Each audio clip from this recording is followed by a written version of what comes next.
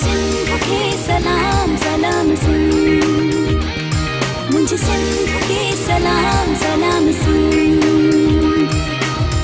बिस्मिल्लाहिर्रहमानिर्रहीम, अस्सलाम वालेकुम। प्रोग्राम सलाम सिंध में अमा सभिनी खे भली कार चवंदसि दिलि जे तमाम ते गहराइनि सां। सलाम सिंध आहे त अमा सभिनी खे इन ॻाल्हि जो अंदाज़ो त बिल्कुलु हूंदो त हीउ प्रोग्राम हमेशह जीअं अॼु लाइ घणो ख़ासि आहे ऐं बिल्कुलु ख़ासि आहे छो जो हमेशह असांजी इहा ई कोशिशि हूंदी आहे त अव्हां जे मनपसंदि महिमाननि खे हिते इनवाइट कयो वञे, उन्हनि सां कचहरी कई वञे। छो जो मूंखे ख़बर आहे त जॾहिं अव्हां कंहिंखे पसंदि कंदा आहियो, कंहिंजी अदाकारी अव्हांखे वणंदी आहे, कंहिंजो कमु अव्हांखे वणंदो आहे, त अव्हां चाहींदा आहियो त उनजी ज़ाती ज़िंदगी जे हवाले सां या उनजी जेका इंडस्ट्री वारी ज़िंदगी आहे या उनखे अलावा ज़िंदगी में छा एक्टिविटीज़ आहिनि, हर शइ जे हवाले सां अव्हांखे नॉलेज हुजे। मूंखे यकीन कयो ॾाढी ख़ुशी थींदी आहे जॾहिं मुंहिंजी का पसंदीदा शख़्सियत हुजे ऐं उनजी ज़िंदगी जे बारे में मूंखे ख़बर न हुजे त मूंखे अफ़सोस थींदो आहे त मूंखे छो न ख़बर आहे। मां चाहींदी आहियां त हर पासो उन माण्हू जो मूंखे ख़बर हुजे ऐं इहे ई शयूं यकीनन अव्हां जे ज़हननि में बि हूंदियूं। सो नओं साल आहे जंहिं अव्हां पंहिंजे नए साल जो आगाज़ सुठो कयो आहे ऐं अव्हां इहो था सोचो त हीउ पूरो साल अव्हां जे लाइ सुठो गुज़रंदो आहे। हिन पूरे साल में अव्हां इलाही कुझु कंदो, इलाही कुझु ख़्वाब ॾिठा हूंदा, इलाही कुझु यकीनन मंज़िलियूं अव्हांखे तय करणियूं आहिनि। सो अलाह करे त सभई ख़्वाब अव्हां जा पूरा थी वञनि। पर असां जेके माण्हू जेके इंडस्ट्री में कमु कयूं था, जेके आर्टिस्ट आहियूं, हर कोई इहो सम्झंदो आहे त असांजूं सभई ख़्वाहिशूं जेतिरियूं आहिनि उहे पूरियूं थी वियूं आहिनि। पर ईअं कोन आहे। असां बि रोज़ु हिकिड़ो नओं ख़्वाबु ॾिसंदा आहियूं, रोज़ु हिकिड़ी नई मंज़िल हूंदी आहे जंहिं ॾांहुं असांखे वधिणो पवंदो आहे। रोज़ु हिकिड़ो नओं रस्तो मुंतख़िब कंदा आहियूं ऐं सोचींदा आहियूं त हिन ते असांखे हलणो त आहे पर सुठे नमूने हलणो आहे। ईअं न थिए जो असां किथे रस्तो भुलिजी पऊं या को रस्तो अहिड़ो इंतख़ाबु कयूं जेको रस्तो असांजे लाइ अॻिते हली सुठो साबित न थिए या थी सघे थो त काॾां झंग ॾांहुं वठी वञे, ज़िंदगी अञा वधीक प्रॉब्लम में अची वञे। सो इन करे ज़रूरी हूंदो आहे त ज़िंदगी में जंहिं बि शइ जो इंतख़ाबु कयो वञे उहो सोचे सम्झी कयो वञे ऐं सलाह मशवरे सां कयो वञे। ज़िंदगी में तकलीफ़ न मिलंदी आहे।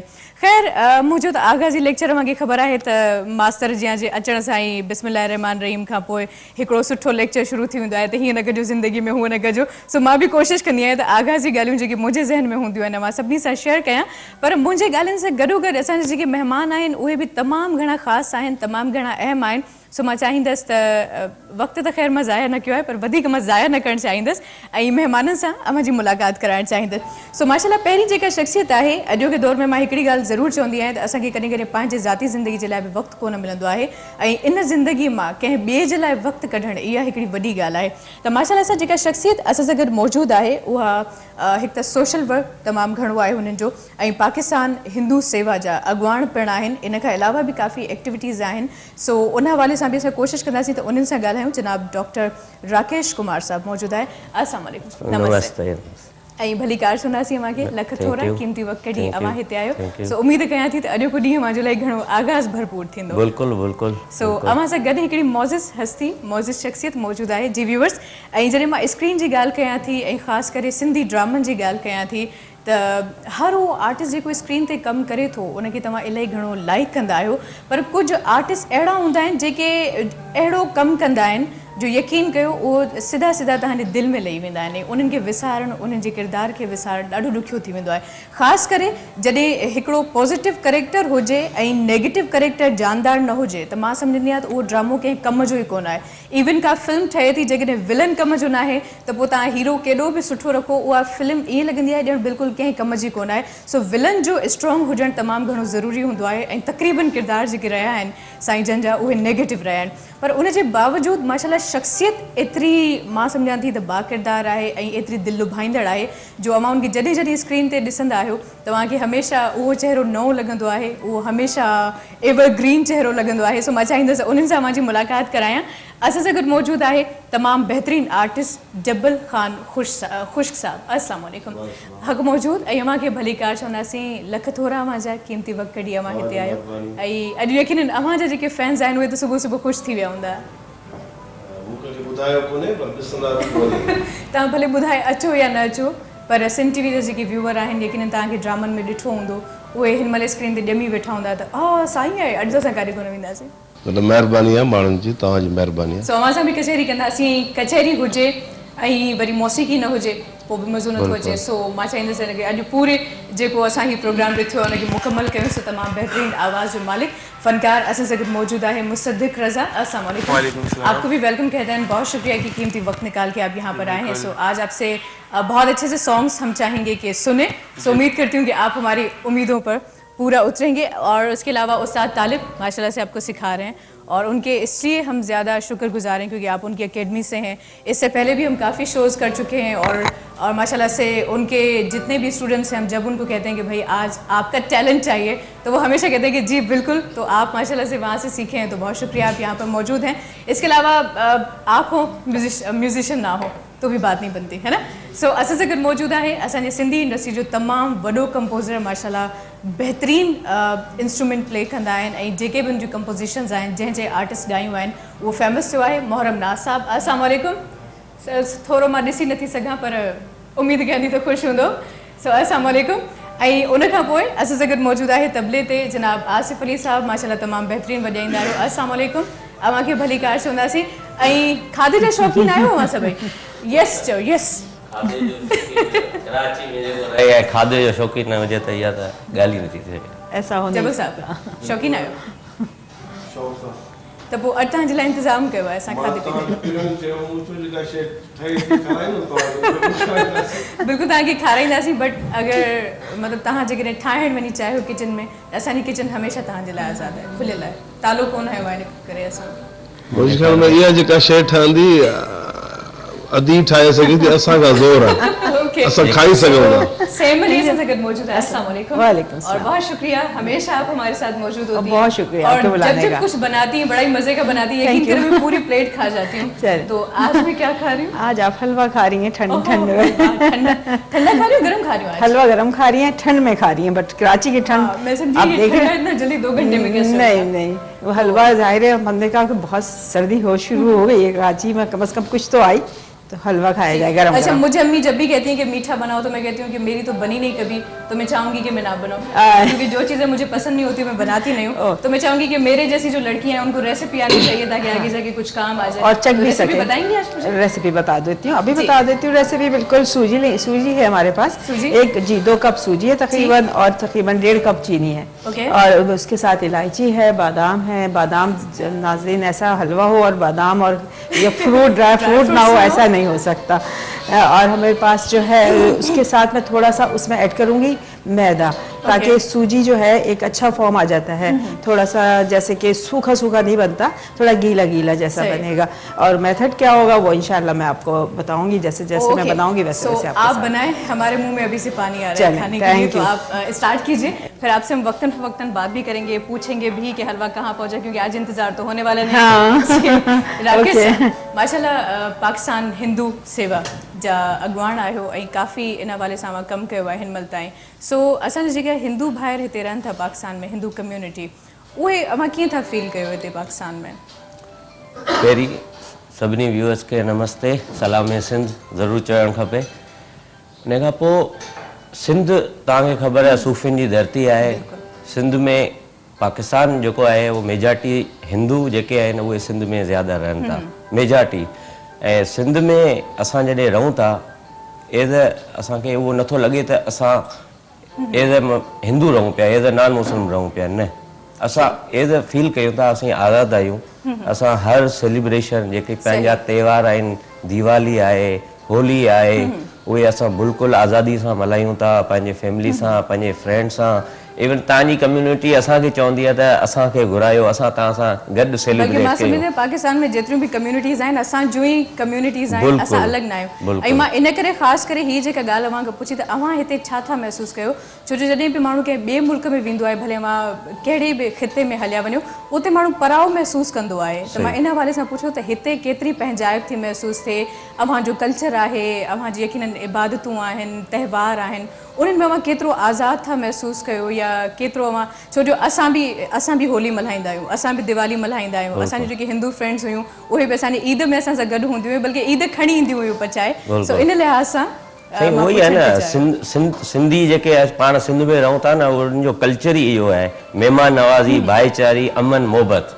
त इहा ई पंहिंजी हिकिड़ी ख़ूबसूरती आहे, इहा ई पंहिंजी पहचान आहे। जॾहिं पाण ॿाहिरि वञूं था त मुंहिंजे ख़्याल में आउं बि 3-4 दफ़ा वियो आहियां, 10 ॾींहं या 15 ॾींहं खां पोइ त पंहिंजी सिंध धरती ऐं पंहिंजो पाकिस्तान त बिल्कुलु यादि ईंदो, पंहिंजो माण्हू ईंदो, यादि ईंदा आहिनि। ऐं ॿाहिरि सभु कुझु आहे, पंजाब न आहे। सही चयो आहे, पंजाब खां सवाइ माण्हू अधूरो आहे।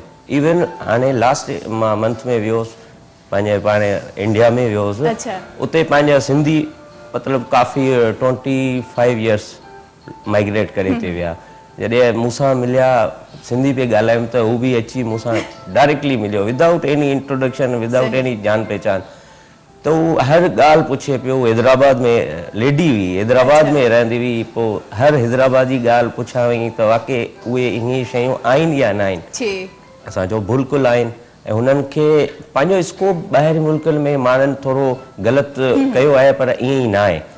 असांखे ईअं मज़लूम करे ॾेखारियो वियो आहे। ख़ासि करे जॾहिं अव्हां जहिड़ा मोहतरम हिते ईंदा आहिनि, असांजी कोशिशि हूंदी आहे भले ईसाई कम्यूनिटी हुजे, हिंदू कम्यूनिटी हुजे, उन खां असां ज़रूरु इहा ॻाल्हि पुछंदा आहियूं, छो जो हीउ जेको चैनल आहे सिर्फ़ु पाकिस्तान में न पियो ॾिठो वञे, बल्कि दुनिया जे कुंड कुड़छ में ॾिठो पियो वञे। त उन्हनि ताईं पैगाम वञे त असांजे मुल्क में जेके बि माण्हू रहनि था उहे सभई आज़ादु आहिनि, मिली जुली रहनि था। जबल साहब, तव्हां ॿुधायो, सभ खां पहिरियों त इहो ॼाणणु चाहींदुसि तव्हां कहिड़े ॻोठ खां तालुक़ु आहे, तालीमी सिलसिलो कीअं रहियो, इंडस्ट्री में कीअं आयो? सभ खां अहम क्वेश्चन इहो आहे। मां डिस्ट्रिक्ट नौशहर फिरोज़ सां मुंहिंजो तालुक़ु आहे। माशाअल्लाह। ऐं असांजो तालुक़ो लॻे थो कंडियारो। कंडियारे खां असां अॻिते सरदार शाहनवाज़ खुश्क जे नाले सां ॻोठु आहे। जी। मां उते रहिवासी आहियां हुनजो। माशाअल्लाह। मूं BA कई आहे। ग्रेट। TV में मां इतफ़ाक़न आयुसि। यार मोहम्मद शाह हिकिड़ो वॾो नालो आहे, उन सां मुंहिंजी सुठी दोस्ती हूंदी। सही। मूं ज़िंदगी में न सिनेमा ॾिठी, न कोई स्टेज ड्रामो कयो अञा ताईं। अचानक मां अची वियुसि TV में, बसि काफ़ी कमु कयोसीं, वरी विच में छॾे वियासीं। हाणे इहा कोशिशि आहे वरी अचूं। सही। ऐं मुंहिंजे ख़्याल में काफ़ी हिकिड़ो वॾो टाइम अवां स्क्रीन खां ग़ाइबु रहिया आहियो। 3-4 साल थी विया। 3-4 साल मुंहिंजे ख़्याल में इलाही वॾो टाइम आहे। हिकिड़ी ॻाल्हि आहे त 3-4 साल में मां माण्हुनि खां विसरियो न आहियां। वाह, इहा मुंहिंजे ख़्याल में हिकिड़े इंसान जे किरदार जी पुख़्तगी आहे। मां किथे बि हुजां, कराची हुजां या इंटरनेशनल शहर आहिनि, कराची आहे, इस्लामाबाद आहे, किथे बि हुजूं, जेके सिंध सां जिन्हनि जी वाबस्तगी आहे, जेके सिंधी चैनल ॾिसनि था, त उहे माण्हू परे खां बि ईअं बि न चवंदा आहिनि उहे मथां फिलां हुजे, मथां फिलां हुजे, परे खां मूंखे चवंदा आहिनि जबल आहियूं। इहो जबल आहे। वाह, तमामु सुठी ॻाल्हि। अच्छा, पहिरियों किरदारु जेको तव्हांजो कुझु यादि आहे, उहे यादूं आहिनि ज़हन में महफ़ूज़? त पहिरियों किरदारु छा हुयो, स्क्रीन जो पहिरियों एक्सपीरियंस कीअं रहियो?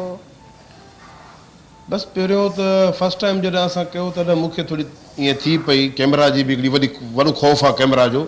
अखि त कैमरा जी नंढी आहे, पर वॾो ख़ौफ़ ॾाढो आहे। ख़ौफ़ ॾाढो आहे। उहो थोरो ख़ौफ़ हुयो, पर उहो ख़ौफ़ जॾहिं ख़तमु थी वियो त पोइ त हाणे का ॻाल्हि ई कोन्हे। सही। हाणे त यकीनन एक्सपीरियंस थी वियो हूंदो, हाणे त कैमरा तव्हां गॾु हुजंदी हूंदी। न, हाणे त अॼु टिजां थो चयो 2-3 साल थी विया आहिनि कैमरा खां। अच्छा, सची? अॼु ईमानदारी। ईअं बि थींदो आहे, यकीन कयो। सिर्फ़ु मां हाणे लास्ट टाइम कुझु अरसे ताईं स्क्रीन खां थोरो ग़ाइबु हुयसि। यकीन कयो जॾहिं वापसि आई ईअं पियो लॻे ॼण मां नई आहियां, पहिरियों दफ़ो वराए पई शो कयां। यकीन कयो हीअ शइ तव्हांखे इलाही पोइ ते छॾे ॾींदी आहे जेकॾहिं तव्हां थोरी दूरी इख़्तियार कयो त हक़ीक़त आहे। मां काफ़ी जो इलेक्शननि में हेॾे होॾे वेंदा आहियूं त दिक़त कोन थींदी आहे, कॾहिं बि भली 100 माण्हू हुजे, 500-1000 हुजे, केतिरो बि हुजे, पर कैमरा अहिड़ी शइ आहे जो माना ख़ौफ़ थींदो आहे त इहा अलाए छा ॻाल्हायां, अलाए कीअं ॻाल्हायां। हाणे उहा शइ कोन्हे, अॼु थोरी थिए थी ईअं। मां विलन कोन आहियां, यकीन कयो। अच्छा, न शायदि जॾहिं बि कंहिं बि एक्टिविटी में गैप थींदो आहे न, पोइ उन में हेज़िटेशन इंक्रीज़ थींदी आहे। उहो ख़ौफ़ न हूंदो आहे, उहा हेज़िटेशन हूंदी आहे। जॾहिं उहा हेज़िटेशन ख़तमु थी वेंदी आहे त तव्हांखे फील थींदो आहे उहो ख़ौफ़ आहे, पर एक्चुअली ख़ौफ़ न हूंदो, उहा हेज़िटेशन हूंदी आहे। न त मूंखे, मां जेतिरा हिननि जा किरदार ॾिठा, मूंखे ख़ौफ़ पियो थिए त अॼु मां छा पुछंदसि। न, उनजी वजह इहा ॾिसो न, तव्हां जीअं सवेरे इंट्रोडक्शन पे करायो त हीरो जे पोइ हिकिड़ो विलन हूंदो आहे। जेकॾहिं सभु चवनि असां हीरो थियूं त पोइ विलन केरु थींदो? ॻाल्हि आहे, विलन त थियणो आहे न।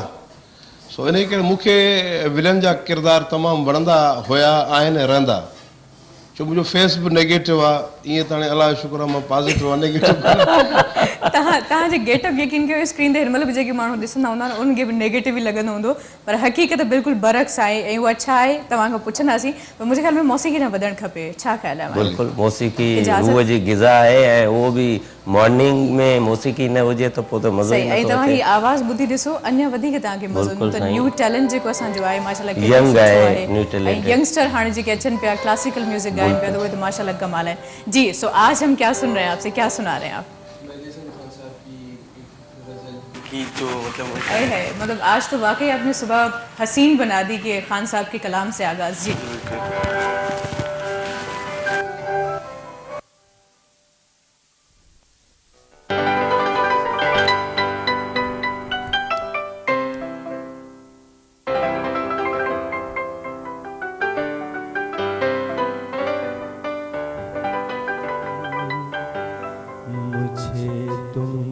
नजर से गिरा तो रहे हो, मुझे तुम कभी भी भुला ना सकोगे। न जाने मुझे क्यों यकीन हो चला है, मेरे प्यार को तुम मिटा ना सकोगे। मुझे तुम नजर से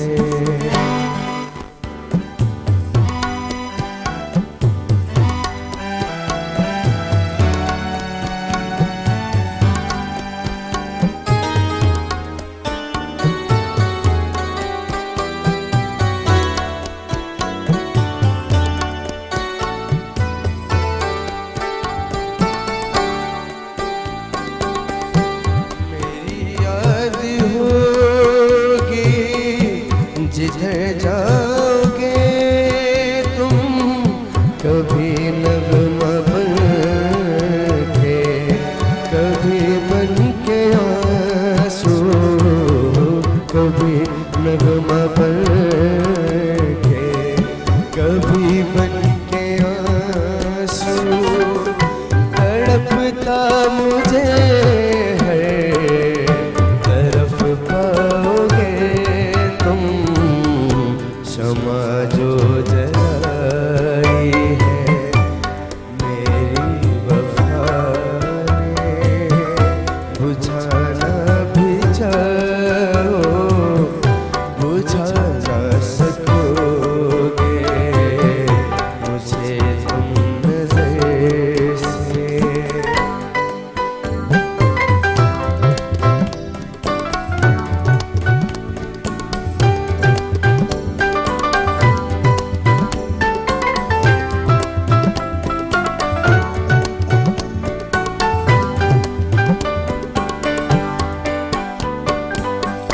कभी नाम बातों में आया जो मेरा, तो बेचैन होके दिल थाम लोगे, तो बेचैन होके दिल थाम लोगे।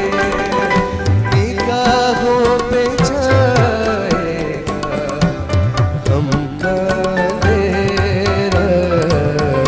किसी ने जो पूछा सबब आंसुओं का, बताना भी चाहो बता ना सकोगे।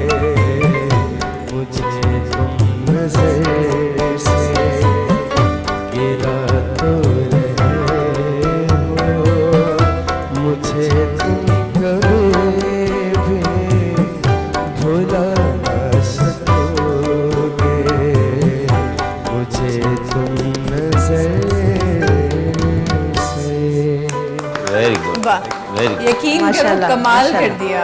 मतलब इतनी कम एज में, आई नो आपकी उम्र बहुत कम है, इतनी मिच्योर वॉइस बहुत कम लोगों की होती है, तो माशाल्लाह लाजवाब। सर छा जमण साईं चाहिए होला के बिल्कुलु साथ। बिल्कुलु माशाल्लाह, नंढी उमिरि में जेको हुन जो आवाज़ आहे, जेको रिदम हो हुन जो पुख़्तगी। तमामु बिल्कुलु एज़ ओरिजिनल जेको पाण गज़ल ॿुधो हूंदो उहो ई फील कयोसीं, त उहो ई आवाज़ उहो ई मौसीक़ी सही चयो, पाण बिल्कुलु ॿुधण सही में चयो। अचे। जी, तव्हां छा चवण चाहींदा इन हवाले सां? असां त अधे जी उमिरि में घरों कोन निकिरंदा हुआसीं। माशाल्लाह अधे जो आवाज़ु तमामु सुठो आहे ऐं उन सां ढोलक सां या हर गाने सां मैच बि करे थो ऐं लॻे थो त प्रोफेशनल जीअं सिंगर चइबा आहे ईअं ई आहे माशाल्लाह। और दूसरी बात है कि मेहदी हसन खान साहब का कलाम गाना, इंसाफ करना, मेरे ख्याल से ये अपने आप में एक हुनर है जो कि आपके अंदर है, क्योंकि इससे पहले इतना इंसाफ कभी किसी ने किया नहीं। वो वरी शख्सियत है। सही चयो, बिल्कुल माशाल्लाह ॿुधी मज़ो अची वियो। सो ॻाल्हि ॿोल खे असां कंटिन्यू कंदासीं, पर व्यूवर्स वक़्तु आहे हिते हिकिड़े मुख़्तसिर ब्रेक जो। सो ब्रेक ॾांहुं वधंदासीं। ब्रेक खां पोइ जॾहिं वापसि ईंदासीं त पोइ कलाम जी कचहरी जो सिलसिलो बि आहे। अच्छा हाँ, चांहि बि अचण वारी आहे ऐं सूजी जो हलवो बि तयारु पियो थिए। सो रहिजो असां सां गॾु। मुझे सिंध के सलाम सलाम सिंध, मुझे सिंध के सलाम सलाम सलाम सिंध मुझे सिंध के सलाम सलाम सिंध मुझे सिंध के सलाम सलाम सिंध जी व्यूवर्स हिकिड़ो मुख़्तसिर ब्रेक हुई वादे जे मुताबिक़ ब्रेक खां पोइ असां वापसि अची चुका आहियूं सो चांहि सर हाणे त ख़ुशि आहे न चांहि मिली हुई छो जो चांहि खां बिना मॉर्निंग जो आगाज़ न आहे थींदो सर तव्हां ॿुधायो हूअं बि रूटीन में इहा ई हूंदी आहे त अर्ली मॉर्निंग चांहि जे कप सां ई आगाज़ थींदो आहे बिल्कुलु साईं नाश्तो चांहि त लाज़मी आहे न डेली करे निकिरंदा आहियो चाहे कुझु बि थी वञे न थी असां त डॉक्टर त चवंदा आहियूं त नाश्तो जेको ब्रेकफास्ट आहे न उहो अमीरनि वारो खाइणु खपे अच्छा छो जो इहो मेडिकल पॉइंट ऑफ व्यू तव्हांजी सिहत लाइ बि तमामु फर्स्ट क्लास आहे सही अच्छा मेडिकल सर डॉक्टर इलाही क़िस्म जा आहिनि हिकिड़ा अदबी डॉक्टर आहिनि हिकिड़ा वरी माण्हुनि वारा डॉक्टर आहिनि त इन हिसाब सां हा न न असां त क्वालिफाइड डॉक्टर आहियूं माशाल्लाह माशाल्लाह बिल्कुलु मूंखे ख़बर आहे हिन ॻाल्हि जी तॾहिं तव्हां त अञा वधीक डाइट जो ख़्यालु रखंदा हूंदो बिल्कुलु बिल्कुलु त तव्हां त यकीनन मखण साग डॉक्टर साहब ॻाल्हि कई त सुबुह जो नाश्तो अमीराणो कजे अमीराणो सिंधी में चवंदा आहिनि सुबुह जो लंघण मंझंदि जो खंघण अच्छा लंघण चइबो आहे मानी खे सही जीअं सवली सिंधी में माना हाणे त नाश्ता थी विया आहिनि त हाणे त अलाए छा छा थी वियो आहे नाश्तो असीं नाश्तो वाश्तो कुझु सिधी सिधी चऊं मानी मानी मानी खाइणी आहे सुबुह जी खाइणी आहे मंझंदि जी खाइणी आहे राति जी खाइणी आहे ठीक सुबुह जो जेको जंहिंखे नाश्तो चऊं था उहो उनखे पुराणे ज़माने चवंदा हुआ असांजी वॾियूं पोड़ा माण्हू बि चवंदा कुराड़ियूं बि चवंदियूं आहिनि सुबुह जो लंघण मंझंदि जो खंघण सही सो लाज़मी आहे जीअं डॉक्टर साहब ॻाल्हि कई त इहा माना असां हाणे त आदी थी विया आहियूं चांहि जा चांहि खां पोइ त मखण ऐं जेका मुंहिंजे ख़्याल में जेका तवानाई मखण या लस्सी में या खीर में आहे ॿी कंहिं शइ में मुंहिंजे ख़्याल में त न आहे सही पर सभु कंहिंजो मादो को बर्दाश्त करे को न करे असां त ठही पर विया ॻोठनि में त अॼु बि इहा ई रूटीन आहे त सुबुह जो आगाज़ थींदो त हेॾो वॾो गिलास लस्सी जो हूंदो मखण जो को चाणो हूंदो मानी हूंदी हुन सां गॾु मानी बि माशाल्लाह एॾी थुली पकल हूंदी आहे जो हिकिड़ी मानी खाइण खां पोइ माण्हू असां जहिड़ो 8 ॾींहं मानी न खाए न हिकिड़ी ॿी ॻाल्हि अथव हाणे हाणे उहो ॻोठनि में उहो मज़ो न रहियो आहे उहो ईअं थियो आहे जो जॾहिं खां इहे जेके खीर जूं इहे मशीनूं आयूं आहिनि न खीर वठण वारियूं जेके खीर वठी कचो करे पोइ मोकिलनि था ॿाहिरि हाणे माण्हुनि छा कयो आहे सो माना उहा शइ उन्हनि ख़तमु कई हाणे लस्सी मख़सूस घर आहिनि जेके पीअनि था या पंहिंजी उताक में जेके इस्तेमालु कनि था महिमान अचनि था उहे ठाहिनि था बाक़ी आम लस्सी कान थी ठहे ऐं मखण बि कोन थो ठहे हाणे तव्हांखे मखण जा किलो तव्हांखे मखण खपंदो तव्हां ॻोल्हींदव त मूंखे किलो मखण खपे शादिया तव्हां ॾिसंदो न ॻोठ वारनि जी लाइफ ऐं उन्हनि जी उमिरि ऐं शहर वारनि जी लाइफ ऐं उमिरि में वॾो डिफरेंस आहे अॼु बि तव्हां ॻोठनि में वञो जेके ओल्ड माण्हू आहिनि पुराणा माण्हू आहिनि जेके लस्सी मखण ऐं तव्हां जेको चयो त मोटी मोटी रोटी खाइनि था उहे बिल्कुलु हेल्दी तंदुरुस्त लॻा पिया हूंदा आहिनि बाक़ाते पंहिंजो कमु सुठे नमूने सां कनि था एज़ कंपेयर जेके शहर में जेके माण्हू रहनि था जेके फ्रीज़ खाधा खाइनि था उन्हनि जी इम्यूनिटी उन्हनि जी एॾी एक्टिविटी न आहे जहिड़ी ॻोठ वारनि माण्हुनि जी आहे ठीक है ईअं बि हूंदा न त सुबुह जो अर्ली मॉर्निंग वरी असांखे शहर वारनि खे वधीक टेंशन हूंदो आहे त हाणे छा खाइजे अॼु छा पचाइजे ॻोठ वारनि खे का परेशानी न आहे लस्सी न वणी त मखण मखण न वणो त दौरो खाई छॾींदा दौरो न वणियो त मही कढी वठंदा ऐं उहे शयूं हुनजे मादे खे बहितर थियूं रखनि जेके वरी असां वटि प्रॉब्लम्स आहे पॉल्यूशन फ्री आहे ब्रेड खणी हुन मथां आर्टिफिशियल मखण छा इहो कहिड़ो नाश्तो आहे कहिड़ी मानी आहे मूंखे त यार अच्छा हिते तव्हां बि इहो ई नाश्तो कंदा आहियो ऐं कोन कयां न कंदा आहियो न त मां इहो ई पे तव्हांखां पुछणु चाहियां त जेकॾहिं इहो नाश्तो कंदा आहियो त पोइ ड्रामनि में एतिरी गरम न उहो ईअं जो मां ईंदो आहियां हिते कराची में 4 ॾींहं 5 ॾींहं 6 ॾींहं पर पोइ मुंहिंजे दोस्तनि जा हिते घर आहिनि असांजे सरदार साहिब जो बि घर आहे पोइ इहो थींदो आहे त माना सुबुह जो मानी मां उते खाईंदो आहियां सुबुह जी मानी बि खाईंदुसि राति जी मानी मां होटलिंग न कंदो आहियां ग्रेट इहा त तमामु सुठी ॻाल्हि आहे मतिलबु 8 ॾींहं रहूं या 10 ॾींहं रहूं उन सां इहो आहे त होटलिंग हाणे ख़बर न आहे त उहे जेके किचन में अलाए कहिड़ा तेल यूज़ था कनि अलाए हथ बि सही अथनि ॿाहिरां त ॾाढो फर्स्ट क्लास अॼुकल्ह त वरी हलाल ऐं हराम जो बि थोरो ख़्यालु रखणो थो पए त कहिड़ियूं शयूं उते तयारु कयूं थियूं वञनि त ॾिठे खां बग़ैर जेको बि आहे हलाल आहे तव्हां कोशिशि कयो पर अॼुकल्ह मीडिया सभु कुझु ॾेखारे छॾियो आहे न ॾिठे खां बग़ैर हलाल आहे ॾिसो न पाणी आहे हिकिड़ो अचे थो जेको सिंधु दरिया में पाणी अचे थो उन में त अलाए केतिरा जानवर जेके आहिनि माना मोल जानवर बचनि था उन में हराम जानवर बचनि था पोइ माण्हू पाणी पीए थो हैदराबाद पूरी पीअंदी आहे सखर पीए थी असां बि कॾहिं कॾहिं अॻे साल हिकिड़ा दोस्त आया शिकार ते उन्हनि खे जो मां ॿेड़ी ते वठी वियुसि त कुझु शहर जा कुझु ॿार रहनि पिया यूरोप में त मूं हुननि खे चयो मुंहिंजो जेका सीर आहे माना दरिया जो जेको विच आहे उनखे सीर चइबो आहे उनजो पाणी जेको आहे सीर छा हूंदो आहे उन में गज हूंदी आहे माना विचो जेको पाणी हूंदो आहे उहो माना ताज़ो हूंदो आहे मूं हुनखे चयो तव्हां हितां पाणी पीओ मूंखे चई चरियो त कोन आहे छो चए हे पोइ पाणी पीअण जहिड़ो आहे चए तूं पी सघे थो मां 3 गिलास पीअंदुसि अच्छा तो उते गिलास जेके स्टील जा न हूंदा आहिनि ॿेड़ीअ में बिल्कुलु मला रखंदा आहिनि स्टील जा गिलास मूं 3 खणी पी छॾिया मूंखे चई तोसां हालत थींदी मूं कुझु ई कोन थींदो चओ असां हिन शयुनि जा आदी आहियूं सही ऐं उहे बि मट जो पाणी स्टील जो पाणी त स्टील जे गिलास में पाणी पीअण त उहे बि मां सम्झी आहियां त सभ खां बहितरीनु कमु आहे ऐं मुंहिंजी त हैबिट आहे स्टील जे गिलास में ई पीअण जी स्टील जो गिलास जेके इनखे न हूंदो आहे त पोइ मज़ो न ईंदो आहे शीशे जे गिलास में पाणी पीअण में सो ॾिसो न हे जेके हाणे ख़ैरपुर जेका रियासत आहे जेके रियासत जा वाली रही चुका आहिनि हाणे उन ज़माने में हुननि जा जेके वॾा वॾा महल हुननि टकर ते वॾा महल ठाराया हेठि बि हुननि जा महल आहिनि जेके हींअर अरबों रुपए में न ठहनि उन्हनि छा कयो आहे जेको उते वाह हले थो कोट बंगले खां उन्हनि जेको शहर आहे उतो वाह जेको हले थो वाह जे मथां चौरा न चइबो आहे चौरो जेके साईं डॉक्टर साहिब पंहिंजो कंधी लॻंदी आहे कंडनि जी वरी मथां पाणी हलंदो आहे मीर साहिब जन जा उते चौरा लॻल आहे मीर साहिब वारा मंझंदि जो उन वाह में वेझंदा अच्छा उन ज़माने में एॾा महल ठाराए सघनि स्विमिंग पूल कोन पिया ठाराए सघनि बेसिक छा आहे जेको छुड़ियो पाणी जंहिंखे चइजे असां हिनखे छुड़ियो पाणी चवंदा आहियूं छुड़ियो पाणी सां छा आहे कोई पीए न पीए अलॻि अलॻि वेझे लाज़मी वेझण सां इहा मुराद आहे जेका चमड़ी जी बीमारी आहे जेके अॼुकल्ह अलाए कहिड़ियूं कहिड़ियूं बीमारियूं अचनि थियूं स्किन जो जेके मसइला आहिनि उहे कोन थींदा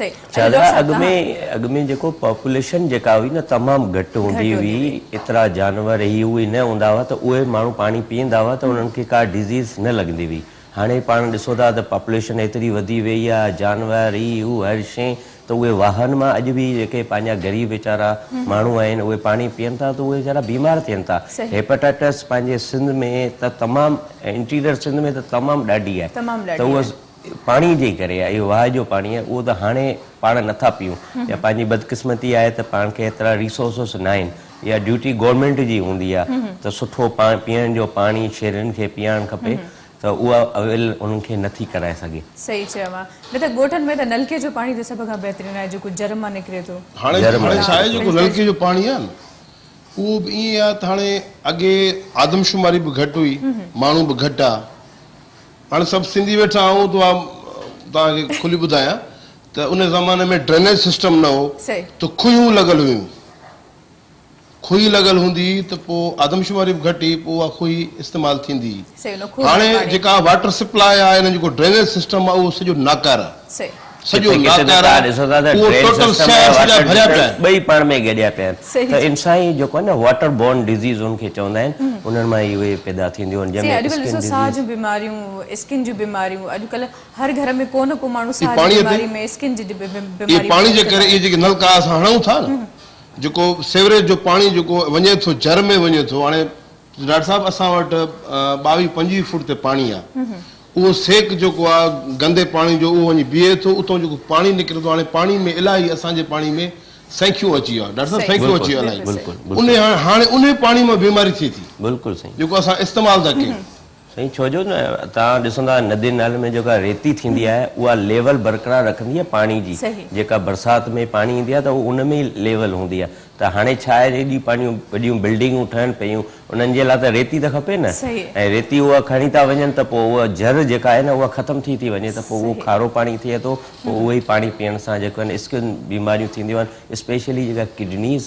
जेके आहिनि न उहे ॾाढो उन्हनि ते ॻाल्हि आहे त उहे पॉपुलेशन वधण जे करे जेके वण अॼुकल्ह कटनि पिया झंग असांजा तबाह थी विया आहिनि इन करे असांजी फिज़ा आलूदी थिए पई इहो तव्हां मूंखां पुछो न त जेका अलाह असांजी गवर्नमेंट खे ख़ुशि रखे पंहिंजो सिंध गवर्नमेंट जी जेका फॉरेस्ट जी जेका ज़मीन आहे फॉरेस्ट जंहिंखे ॿेलो खातो चइजे थो उहा 16 लख एकड़ ज़मीन आहे 16 लख में 5000 एकड़ बि गवर्नमेंट वटि कोन्हे हुकूमत वटि कोन्हे सफ़ा हाणे रुगो माना बनियूं थी वियूं आहिनि कब्ज़ा थी विया आहिनि कंहिंजी का लीज उते पुराणे ज़माने में हूंदा असां पढ़ंदा हुआसीं ख़ुदा जो कसम बीहंदा हुआसीं वञी बंद ते त असांखे अधु किलोमीटर खां पोइ नज़र न पवंदी हाणे मां पंहिंजे बंद खां बीहंदो आहियां ॻोठ वारे खां त मुंहिंजो दौरो साम्हूं ॾिसण में ईंदो सही, यानी कि एतिरी तबाही विच में थी चुकी तबाही थी वई है, तो वण वढिजण करणु उहो ई आहे। तव्हांजो छा ओपिनियन आहे इन हवाले सां त ॿेला अॼुकल्ह असांजा तबाह थियनि पिया ऐं बिल्कुलु तव्हां ॾिसो न कराची में पाण रहूं था, सी आहे, समुंड आहे, जिते बि तव्हां फॉरेन कंट्री में वञो, जिते बि समुंड जो शहर आहिनि उते त बरसाति हर वक़्तु थींदी आहे, पाण वटि न आहे। इन लाइ न आहे जो पाण हिते सभु वण सॼो वढे करे ख़तमु करे वॾी वॾियूं बिल्डिंगूं ठाहे छॾियूं, इहो ई रीज़न आहे। वणकारी जेका आहे न उहो मेन रीज़न आहे। कुझु ॻोठ अहिड़ा आहिनि जेके हाणे काठियूं त आहिनि कोन, वरी जेके छेणा न छेणनि ते बाहि हूंदी आहे, हाणे छेणा महांगा थी विया, हाणे छेणा महांगा थी विया। हाणे गवर्नमेंट खे खपे त ख़ुदा अलाह खे मञे, वफ़ाक़ी हुकूमत, भला जेके छेणा महांगा थी विया, काठियूं कोन आहिनि, गैस त ॾियो न। माशाल्लाह हाणे गैस त आहे पाण मां पाण हिकिड़े नंढे ॻोठ में शहर में रहां थो, उते बि गैस आहे, रोड आहे, ईअं त सभु पाण ब्लेम गवर्नमेंट ते कंदासीं न त गवर्नमेंट सभु कुझु नथी करे सघे। मुंहिंजो ॻोठ थाणा बुला खान सरी, थाणा बुला खान या सरी या करचाक या थाणा अहमद खान, इहे तरक़ी याफ़्ता ॻोठ आहिनि, तरक़ी याफ़्ता ॻोठ आहिनि। मतलब इन जो मतलब इहो आहे त गवर्नमेंट आस्ते आस्ते स्लोली ॻोठनि ॾांहुं वञे पई न, उते गैस ॾे पई। बल्कि मां अॼु बि अहिड़ा ऊंधा शहर ॾिठा आहिनि जिते 2-2 महीना, अॼोके दौर में जेकॾहिं 2 महीना बिजली न हुजे त असां जहिड़ा माण्हू त यकीन कयो या त चरिया थी वञनि या मरी वञनि, हिकिड़ो ई ऑप्शन बचे थो, छो जो सॼी ज़िंदगी डिस्टर्ब थी वञे जेकॾहिं तव्हांजी लाइट न आहे तव्हां वटि, ऐं उनखां पोइ गैस बि वरी तव्हांजी बिल्कुलु ईअं जो न टिणग पई ॿरे, मानी बि तव्हांजी प्रॉपर न पचे, वरी तव्हांखे काठियूं ॿारणियूं पवनि, बिल बि तव्हां ॾे अचे थो, त पोइ इहे सभई शयूं आहिनि जेके अञा वधीक माण्हू खे स्ट्रेस में मुब्तला कनि। ईअं बि न आहे, बिजली 2-2 महीना न हुअण जो बि हिकिड़ो रीज़न आहे, लाज़िम आहे, छाजे लाइ कोन्हे। तव्हां ॾिसो पाण जल्दी तनक़ीद कंदा आहियूं, तनक़ीद करण खां पहिरीं इहो न पुछंदा आहियूं तव्हां बिल पे कयो था या नथा कयो, तव्हां टैक्स पे कयो था या नथा कयो। जीअं मां कराची में रहां थो, हाणे तव्हां कराची जो मिसाल ॾियो, मां बाथा लेन क्लिफ्टन में रहां थो, 1 सेकंड बि लाइट नथी वञे, छो जो उते 100% बिल पे आहिनि। तव्हां कराची जो हिन साइड वञो, लियारी साइड वञो या कोरंगी साइड वञो, उते तव्हांखे अॼु बि 8-8 कलाक लोड शेडिंग मिले थी। उहो रीज़न छा आहे, उते कुंडा सिस्टम आहे, उहो बिजली जा बिल नथा पे कनि, त कंपनीज़ जेके आहिनि उहो मजबूरन, उहो त जेकॾहिं 100% उनखे लाइट ॾींदा त उहो त डिफॉल्ट में हली वेंदा। उनजी डॉक्टर साहब सही आहे, पर उनजे लाइ बि उन अल्टरनेट पंहिंजो इंटीरियर सिंध में कढियो आहे, हिकिड़ो खैरपुर में एक्सप्रेस फीडर कढियो अथऊं, खैरपुर सिटीअ में, जेको 5 मिंट बि लाइट न वेंदी आहे, उनजे लाइ माण्हू हर माण्हू उहो बिल बि पे करे थो, पोइ भली 2 एसियूं लाइ 3 लाइ बिल पेमेंट कनि था, पर ओवरऑल सिस्टम हुजे त माण्हू पीआरे न। हाणे हिकिड़ो मीटर रीडर आहे जेको मीटर रीडिंग वठण ई कोन ईंदो आहे, जंहिंजो बिल हिकिड़ो माण्हू जो मीटर हले 200 यूनिट लिखनि 2000, पोइ काॾे वञे? हर जॻह ते त बाथा आइलैंड कोन्हे, हर जॻह ते क्लिफ्टन कोन्हे, असांजे त हालत आहे न। असांखे वठो कंदकोट, शिकारपुर, जैकबाद, कश्मीर, तव्हां इहे जेके पसमंज़र इलाइक़ा आहिनि तव्हां उन्हनि खे ॾिसो न साईं। बिल्कुलु उते बि हाणे आस्ते आस्ते डेवलपमेंट थिए पई, तव्हां कराची जे माण्हुनि में अवेयरनेस बि अचे पई आस्ते आस्ते, हाणे उन्हनि खे बिल बि पीआरे था। पर तव्हां ॾिसो न हर डिपार्टमेंट में कारी बेरियूं त हूंदियूं आहिनि, त उते बि वेठा आहिनि, तव्हांखे चई छॾींदा कुंडो लॻाए छॾियो मां वेठो आहियां, त उन्हनि जो बि इनकम उन्हनि सां ई आहे, त रीज़न इहो ई आहे लोड शेडिंग जो, त बिल पे नथा पीआरनि इनजे करे। सो हाणे मुंहिंजे ख्याल में मिठियूं ॻाल्हियूं करे वठो। बिल्कुलु ख़ुशबू बि ॾाढी पई सुठी अचे। समाज आहे, सोसाइटी सां बि मुंहुं ॾियणो आहे, ऐं हिकिड़ो इहो बि इंसान जो पहलू आहे, इनखे बि वाज़े करणु ज़रूरी आहे, पर मिठो बि तैयार थी वियो। सो सेम जी कहाँ पहुंचा, देखिए हमारा ये कैसा हो गया, भुनते भुनते माशाल्लाह इतना हमारे मुंह में पानी आ रहा है और खुशबू भी इतनी अच्छी है। और वैसे कराची में तो सर्दी आती नहीं है, लेकिन अब तो सर्दी आज तो बहुत फील हो रही है। सर्दियाँ वैसे आ गई, आज सर्दियाँ आ गई कराची, आ भी गई और चली भी जाएंगी, यही कहते हुए इस बार जल्दी नहीं जाएंगी, इस बार कहा यह जा रहा है कि जरा अच्छी खासी सर्दी। अच्छा चल अच्छी बात, मोकलू थी वयो न, बार बेचारा सीए में कुड़ कंदा स्कूल वेंदा। अच्छा तो अच्छा ये बहुत अच्छा जी, ये भुन गई, ये बहुत अच्छी सूजी, इसमें मैंने इलायची डाली थी और आवाज़ बहुत ख़राब हो रही है, आप नाज़रीन को पता चल रहा होगा, और मगर मैंने थोड़े से बादाम, हाँ ये बादाम थे नाज़रीन, ये मैंने डाले थोड़े भूनने में ताकि इसका एक अरोमा अच्छा सा आ जाए, और मैंने थोड़ा सा कलर ऐड किया है इसके अंदर। अब ये भुन चुकी है, इसका कलर देखें चेंज हो गया है, वाइट से क्रीम सा आ गया। अब मैं इसमें अब शामिल करूंगी चीनी, बाकी मेवा सारा जितना भी है हमारा, और हम डालेंगे अपना केवड़ा, और फिर उसके बाद इसकी कसाई होगी और इंशाल्लाह आपको गरम गरम खाने को मिलेगा। मेहरबानी मेहरबानी। हाणे तो चीटिंग कनि था, हाणे तो हिंदाणा जेके न पुखबा, हाणे तो उन्हनि खे इंजेक्शन उनखे ॻाढ़ो था कनि। सर छा कजे अॼुकल्ह त वीचारनि कुकड़नि खे इंजेक्शन एॾी हालत आहे। उनखे अलाए छा छा हाणे जेका पाण फार्मिंग जेका खाऊं था, मुंहिंजे सौट फार्म खोलियो, मां कसम आहे ख़ुदा जो खाइण छॾी कुकड़ खाइण छॾी। असां वटि बि आलम आहे। 38 ॾींहं में उहा कुकड़ जेका आहे 2.5 किलो थिए, हली कोन थी सघे। वीचारी यकीन जेका न हलंदी असां कहिड़ो हलाईंदी।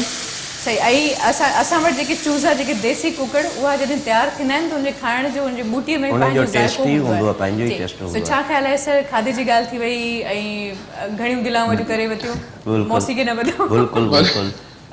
छा ख्याल है जी? तो क्या सुना रहे हैं आप मुसद्दिक?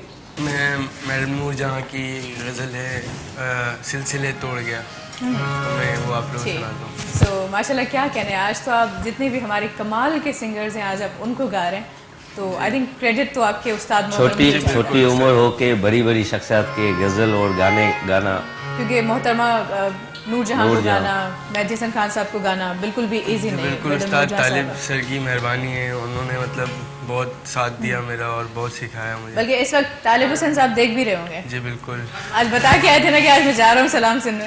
जी सर।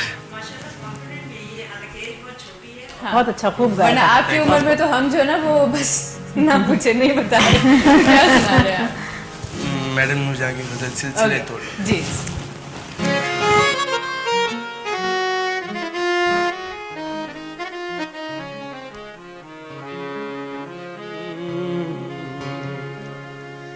सिलसिले तोड़ गया वो सभी जाते जाते, सिलसिले तोड़ गया वो सभी जाते जाते, वरना इतने तो मरासिम के आते जाते, सिलसिले तोड़ गया।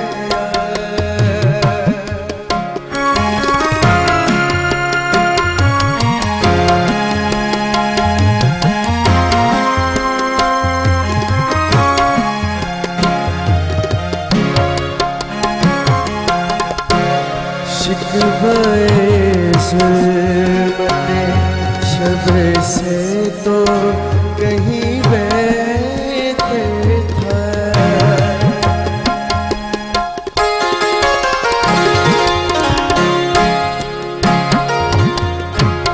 शिकवाए ज़ुल्मते शब से तो कहीं बेहतर था,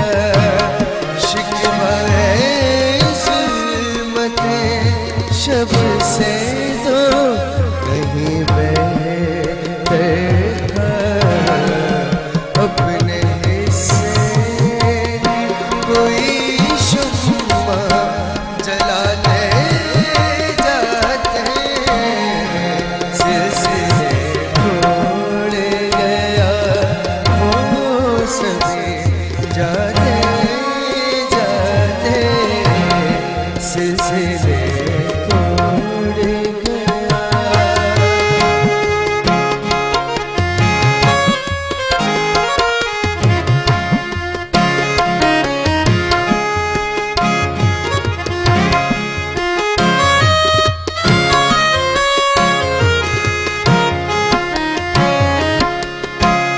कितना आसान था तेरे हिज में मरना जाना,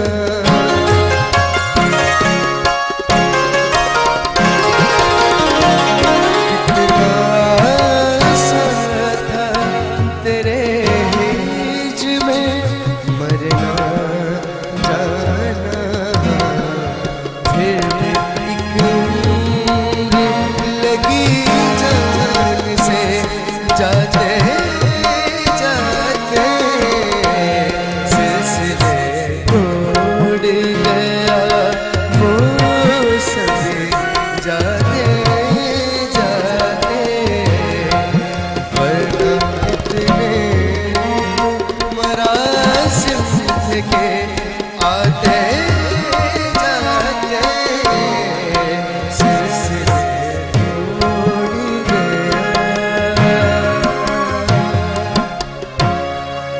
इतना जल्दी क्यों बंद कर दिया गाना? थोड़ा और गा लेते, यकीन करो इतना मजा आ रहा था, इतना सुकून फील हो रहा था सुबह सुबह। मुझे तो नींद आ रही थी, तो इतना सुकून आ रहा था, इतना सुकून आ रहा था। सही है, साहब माशाल्लाह। सलाम सिंध प्रोग्राम रहियल आहे अञा कंटिन्यू कजो। नहीं, तव्हां ॾिसो न म्यूज़िक हिकिड़ी रूह जी ग़िज़ा हूंदी आहे। सही चयो तमामु आहे। ऐं माशाल्लाह ख़ान साहब आसिफ साहब जो मतलब तबलो वॼाइण स्टार्ट कयो न, यकीन कयो हिकु पासे ॾे हे ध्यानु पियो वञे त ॿिए पासे ॾे वरी फौरन समातूं भला मरम बि घटि कोन्हे। न मोहरम साहब त माशाल्लाह मतलब सभिनी खे हलाइण वारो त मोहरम साहब आहे न। मेरम जे न हुजे त साईं जो रिदम ई न बीहे। छो जो जेकॾहिं मोहरम साहब हिन खे सुर ताल न ॾसे बिल्कुलु त हे त उहे वीचारा ख़ैर माशाल्लाह पंहिंजी जाइ ते सभई कमाल आहिनि। सो हिकिड़ो ब्रेक वठंदासीं व्यूअर्स, जी ब्रेक खां पोइ वापसि ईंदासीं, कचहरी खे अॻिते वधाईंदासीं। रहिजो असां सां गॾु। मुझे सिंध के सलाम सलाम सुन, मुझे सिंध के सलाम सलाम सुन, मुझे सिंध के सलाम सलाम सुन, मुझे सिंध के सलाम सलाम सुन। जी व्यूअर्स, हिकिड़े मुख़्तसिर ब्रेक खां पोइ असां वापसि अची चुका आहियूं ऐं कचहरी खे असां बिल्कुलु अॻिते कंटिन्यू कंदासीं। असांजो सूजी जो हलवो बिल्कुलु तयारु आहे, जंहिंखे थोरी देरि खां पोइ सर्व कयो वेंदो ऐं उन खां पोइ महिमान ॿुधाईंदा त कीअं ठहियो आहे, सुठो ठहियो आहे या न ठहियो आहे। अच्छा, तव्हां कॾहिं कोशिशि कई आहे राकेश साहब खाधो पचाइण जी? कॾहिं कुझु पचायो आहे का डिश या चांहि कंहिं स्पेशल जे लाइ? पाण स्पेशली पचाई कोन आहे, पर फरमाइश ऐं उन सां गॾोगॾु एडवाइस त हिन में मसालो एतिरो रखो, हिते ग्रेवी एतिरी ठाहियो, हिन जो टेस्ट हीअं थी वञे, ओड़े हिसाब सां। जेके पचाइण वारा आहिनि उहे सही वेंदा इहा ॻाल्हि?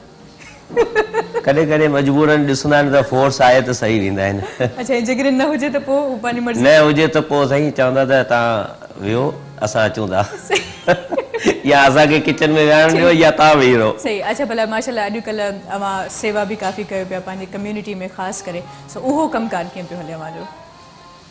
जेतिरी हिम्मत मालिक ॾिनी आहे ऐं दोस्तनि जी कोऑपरेशन जेको आहे, सही। छो जो असांजी जेका ऑर्गेनाइज़ेशन ठहियल आहे उहा पंहिंजे बेस ते ठहियल आहे। असां कंहिंते डिपेंडेंट, गवर्नमेंट डिपेंडेंट न आहियूं। असां सेल्फ पाण पंहिंजा दोस्त कंट्रीब्यूट करे कंहिं ग़रीब जेतिरो पुॼी सघे, नंढी एनजीओ आहे, ग़रीबनि खे जेतिरो बि वधि में वधि असां चवंदा आहियूं कोशिशि कयूं त उन्हनि जी ख़िदमत करे सघूं, उहा सुठी ॻाल्हि आहे। छो जो मालिक तव्हांखे हीअं ठाहियो बनायो आहे त उनखे तव्हां ओतिरा लाइक़ु थी ॾेखारियो। जेकॾहिं तव्हांखे उबतो ठाहे वञे हा त मालिक तव्हांखे हीअं करे हा त तव्हां उहो बि सोचो त जेकॾहिं काश तव्हां हीअं हुजो हा त तव्हांजी फीलिंग छा हुजे हा, ऐं हींअर तव्हां हीअं आहियो त तव्हांजी फीलिंग छा हुजे हा। इन करे जेको उन जे एबल ऐं मालिक जेको तव्हांखे बनाए थो उन जे क़ाबिल ऐं उन ते पूरो लहण बि पाण ते फ़र्ज़ु आहे। सही, यानी कि ख़िदमत जो जेको जज़्बो आहे माशाल्लाह तमामु घणो आहे। हो त अॼुकल्ह वरी हिकिड़ी ॿी ॻाल्हि बि आहे त जे तंज़ीमूं जॾहिं शुरू में आयूं हुयूं त माण्हुनि जो काफ़ी इंट्रस्ट हुयो त भई तंज़ीमूं आयूं आहिनि, हाणे असांजे लाइ कुझु सुठो थींदो। उनखां पोइ वरी विच में कुझु तंज़ीमूं अहिड़ियूं आयूं जिन तां माण्हुनि जो एतमाद ख़राबु थी वियो, उन्हनि चयो त बसि हाणे हे बि असांजे लाइ कमु अहिड़ो नथियूं कनि। त बाक़ी जेके तंज़ीमूं अव्हांजे कम्यूनिटी जे लाइ वर्क कनि पियूं, उन्हनि में तव्हांजे तंज़ीम में छा डिफरेंस आहे ऐं तव्हां कहिड़ा प्रॉब्लम्स आहिनि जिन ते वर्क कयो पिया, या प्रॉब्लम्स तव्हांखे ज़ाती तौर ते कहिड़ा हिन महिल? बिल्कुलु शाज़िया, तव्हां ॾाढो सुठो क्वेश्चन कयो। Thank U. तंज़ीमूं असांजे कम्यूनिटी बेस ते हिंदुनि जे नाले ते काफ़ी खोड़ ठहियल आहिनि। नंढियूं नंढियूं जेके तंज़ीमियूं आहिनि, जेके हाईलाइट आहिनि, उहे ॾाढो सुठो कमु कनि पियूं, ख़िदमत बि कनि पियूं। ऐं जेके वॾे वॾे नाले सां ठहियलियूं आहिनि उहे सम्झो उहे तंज़ीमूं न आहिनि, उहे हिकिड़ा क्लब आहिनि, रिच माण्हुनि जा क्लब आहिनि। मतिलबु सिंधियुनि में पाण चवंदा सिठूं, उन्हनि जा क्लब आहिनि। त उहे उन प्लेटफॉर्म खे यूज़ कंदा आहिनि फॉर पॉलिटिक्स जे लाइ। उहो फोरम जेको आहे न उहो यूज़ कंदा आहिनि त असां MP थी वञूं, असां MNA थी वञूं, माण्हुनि जी सपोर्ट थी वञे। इवन असांजी त हिकिड़ी NGO आहे, उन्हनि जी त फीस रखियल आहे 25,000। अच्छा। 25,000 तव्हां ॾियो त तव्हां उन जा मेंबर थींदा। 25,000 मेंबर थियण जा। ऐं हाणे तव्हां ॿुधायो जेका फोरम जेको प्लेटफॉर्म कंहिं ग़रीब जे नाले ते ठहे ऐं उहो ग़रीब 25,000 किथां आणे?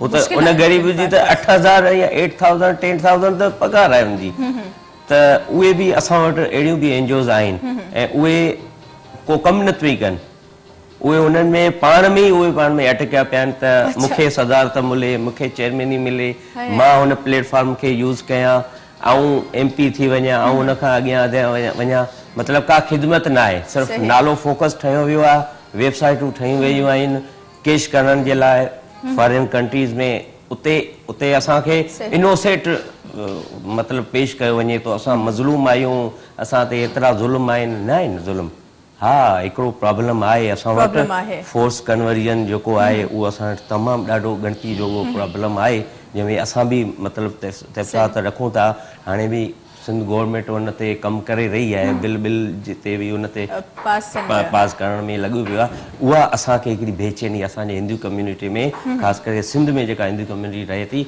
उन ते वॾा मतिलबु ऑब्ज़र्वेशन आहिनि त इहो प्रॉब्लम असांजे लाइ आहे बाक़ी अदरवाइज़ असां फुल एंड आज़ाद आहियूं असांजा बिज़नेस असांजा त्योहार उहा ॻाल्हि त ॾिसो न तव्हां पाणी ॻाल्हि कई पंहिंजे ॻाल्हियुनि में त जिथे माण्हू ख़ुशि रहे थो उते मसाइल बि अचनि था उन्हनि खे माण्हू बहादुरी सां मुंहुं ॾिए ऐं हिकिड़ी ॻाल्हि जेका मूंखे सुठी लॻी त हुकूमत खे असां हमेशह ब्लेम कंदा आहियूं त हे कमु बि हुकूमत न कयो इंडिविजुअल कमु करणु मुंहिंजे ख़्याल में इहो हिकिड़ो वॾो कारनामो आहे तव्हां हिन महिल इंडिविजुअली कमु कयो पिया कंहिंजे सहारे जी ज़रूरत न आहे कंहिंखां सपोर्ट नथा घुरो कंहिंखां डोनेशन जे लाइ अर्ज़ु नथा कयो पाण तहत सो ग्रेट हाणे मां तव्हांखे अर्ज़ु कयां असांजे इलाइक़े ते हिकिड़ो हालाणी शहर आहे हालाणी साईं ॿुधो हूंदो हालाणी पेलाणी मां बि ॿुधो आहे वॾा शहर आहिनि माशाल्लाह उते हिकिड़ो मंदरु आहे जेको मुंहिंजे ख़्याल में 300-400 साल पुराणो आहे क़दीम एॾो ख़ूबसूरत आहे हाणे असां त मुस्लमान आहियूं साईं वारा हिंदू आहिनि असां त वेंदा आहियूं असांजा कुझु दोस्त ईंदा आहिनि ॾेखारणु वेंदा आहियूं या उते जेका हिंदू कम्यूनिटी वेठी आहे उनजी एरिया आहे हिकिड़ी ॾाढा सुठा आहिनि माशाल्लाह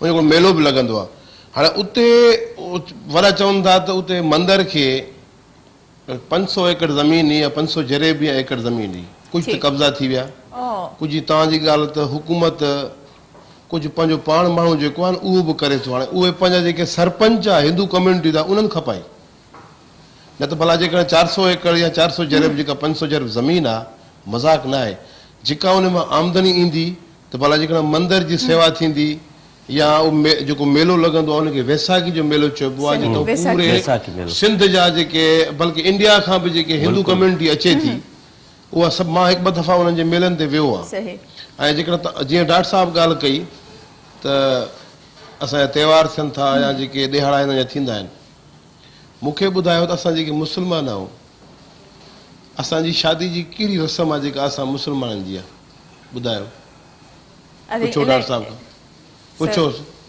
साईं सभु तव्हांजो रस्मूं आहिनि न असां ॿाहिरि त आहियूं न त ॾिसो न उहो मज़हब खणी तव्हांजो हिंदू आहे असांजो मज़हब मुस्लमान आहे असीं ॿाहिरि त आहियूं न सॼी ज़िंदगी त हिन सिंध ते हुकुमरानी तव्हांजी रही आहे न असां त आहियूं मुहाजिर साईं बिल्कुलु असां त हिजरत करे आयासीं मां ख़ुदि पाण मुहाजिर बल्कि मां इहो चवां थी त कनेक्शन रहियो आहे सिंधी ऐं हिंदुनि जो छो जो अदब जो मैदान हुजे या इवन पाकिस्तान में जेके सभई रहूं था ऐं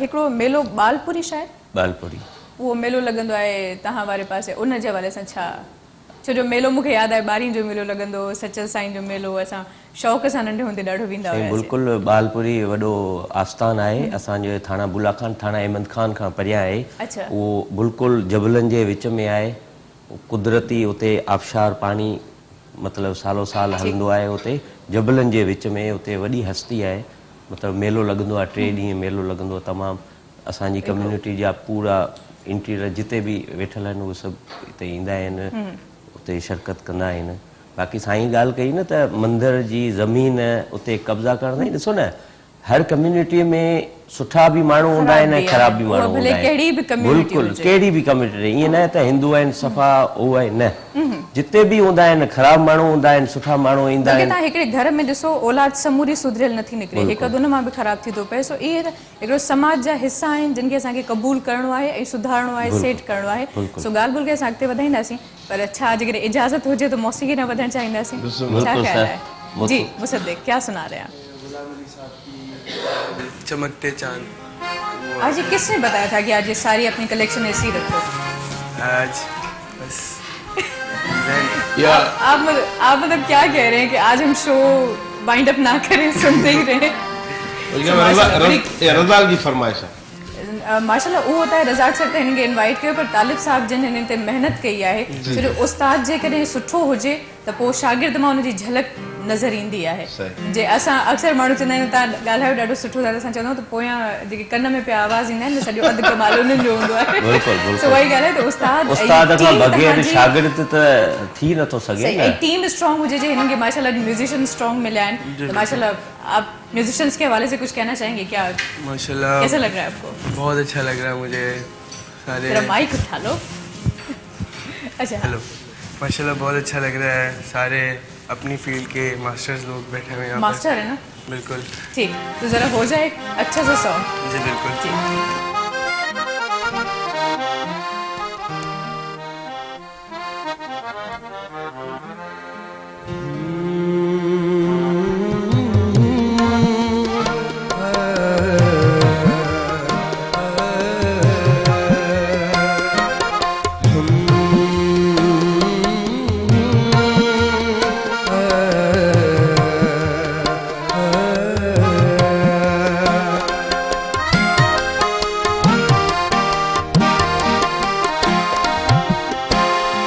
चमकते चांद को,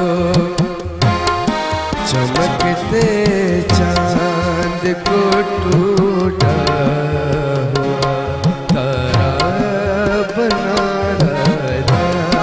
चमकते चांद को टूटा हुआ तारा बना डाला।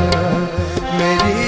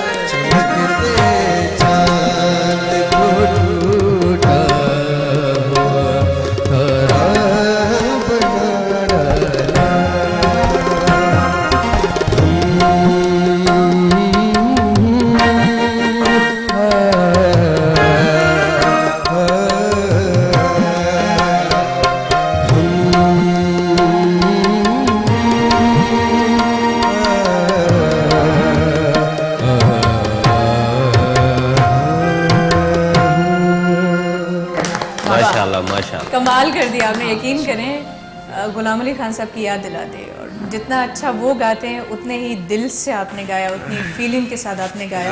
यकीन करें कमाल कर दिया। इसी खुशी में आपको खिलाते हैं सूजी का हलवा।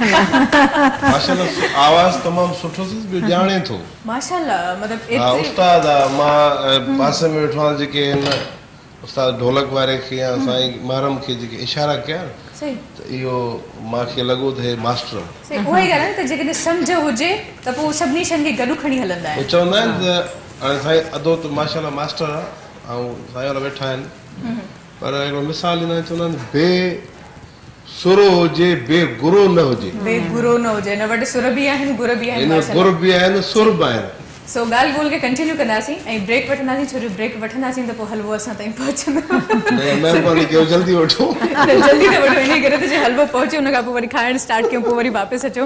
जी व्यूअर्स ब्रेक ॾांहुं वधंदासीं, मिलूं था ब्रेक खां पोइ, ॾिसंदा रहिजो सलाम सिंध। मुझे सिंध के सलाम सलाम सिंध, मुझे सिंध के सलाम सलाम सिंध, मुझे सिंध के सलाम सलाम सिंध, मुझे सिंध के सलाम सलाम सिंध। जी व्यूअर्स हिकु मुख़्तसिर ब्रेक हुई, असां वापसि अची चुका आहियूं। सो बिल्कुलु हलवो तयारु आहे ऐं इन करे मां सोचियो त सेम अली खे मां छो न पाण सां गॾु विहारियां, छो जो एतिरो मिठो शीरो बि असां चवंदा आहियूं तयारु थियो आहे, त पोइ मुंहिंजे ख़्याल में त मिठे माण्हू खे बराबरि में विहारणु खपे। ज़्यादा मीठी है लेकिन आप तब और भी ज़्यादा अच्छी हो जाएंगी जब आप ये मेहमानों को देंगी। तो हाँ बिल्कुल देना है, क्योंकि मेहमान काफ़ी टाइम से इंतज़ार कर रहे हैं कि भाई हमें कब खिलाया जाएगा मीठा। तो फाइनली इंतज़ार ख़त्म हुआ। सर कीअं पियो महसूस से?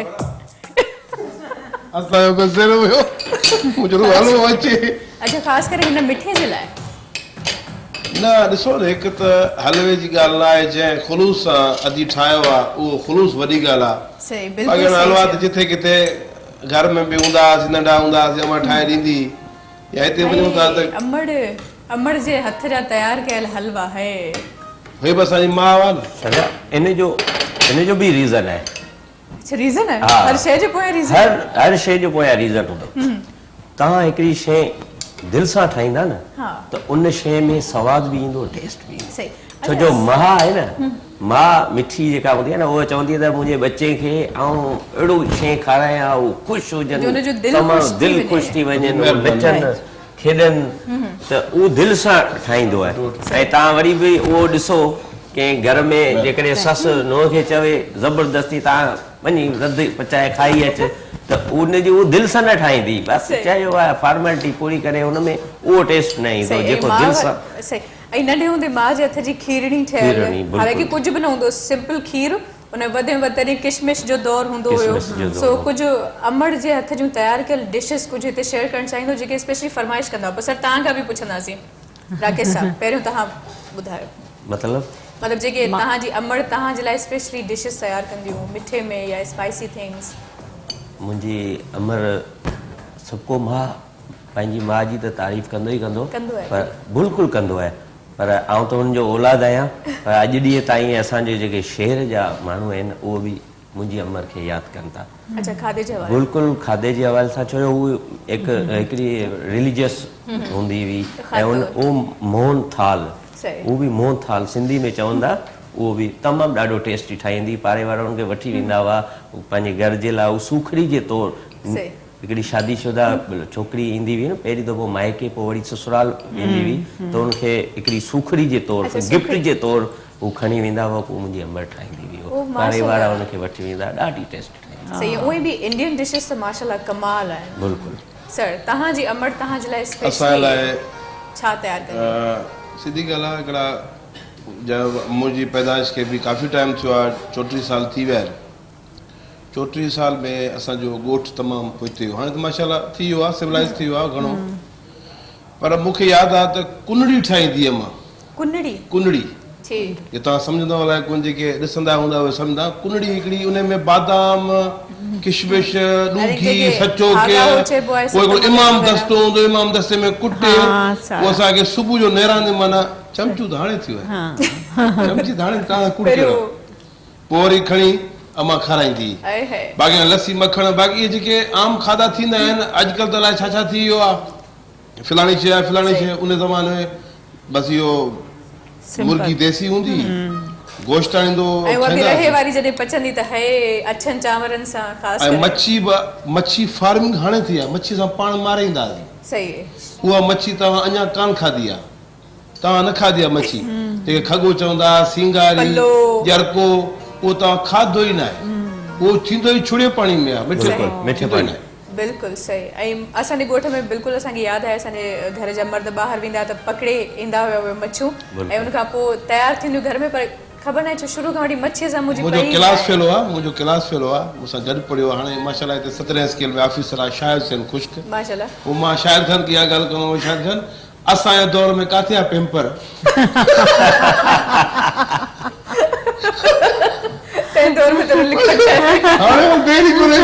घर में घर अचे थी पेपर था वञा पेपर हाणे 2 मिंट में सॼो ख़राब करे 40 रुपया ई विया अॼुकल्ह को कमी न बचियो आहे मतिलबु अञा घर वारो वीचारो दर खां दाख़िल न थियो आहे ॿार जा पेपर कोन्हनि प्लीज़ ॿार जी वक़्त सां गॾु माण्हू चेंज थिए थो नई रिसर्च अचनि थियूं उहे शयूं एजाद थियनि थियूं त उनजो फ़ाइदो छो न वठणु खपे फ़ाइदो वठणु खपे हद खां वधीक जेके जेको फ़ाइदो आहे जेॾी साइंस तरक़ी थी करे असां ओॾा पोइते आहियूं हाँ जी सही कह रहे हैं असां ओॾा पोइते आहियूं मां शादीशुदा माशाल्लाह ॿाहिरि निकिरंदासीं या शहर पहुचूं था बसि त हलो फिलाणी शइ आणजा अलाए धणी वटि पैसा आहिनि अलाए कोन ही वरी मोबाइल फोन जो सभ खां वॾो नुक़सानु अॼुकल्ह इहो ई आहे न त इंतज़ारु कयो वेंदो त हाणे घर केरु ईंदो उनखे चइबो उहो वरी वेंदो सेठ जी वठी ईंदो मतिलबु काफ़ी मार्जन मिली वेंदो त माण्हू उधार सुधार किथां पटी ईमानदारी मुंहिंजो नंढड़ो आहे बाबल ख़ान नालो त मूंखे सवेरे फ़ोन कई मूंखे चयईं त किथे आहे मुंहिंजो कराची चयईं यार तूं केॾी महिल ईंदे टीवी ते मां ईंदुसि मूंखे चयईं हलवो आणजां ख़ुदा जो कसम आहे बाक़ी माओ खाईंदो आहे शौक़ सां वेंदो आहे चई केला बणजा माओ बणजा मुंहिंजो आचर ते ईंदुसि अच्छा हुनखे 3 साल जो आहे जहिड़ो बि ॾींहुं चवांसि न त हुनखे ख़बर न पवंदी कॾहिं ईंदी आचर ते हर ॾींहुं आचर आहे ठीक अच्छा मुसद्दिक आपका तो अभी टाइम शुरू नहीं हुआ होगा ये डायपर वापर खरीदने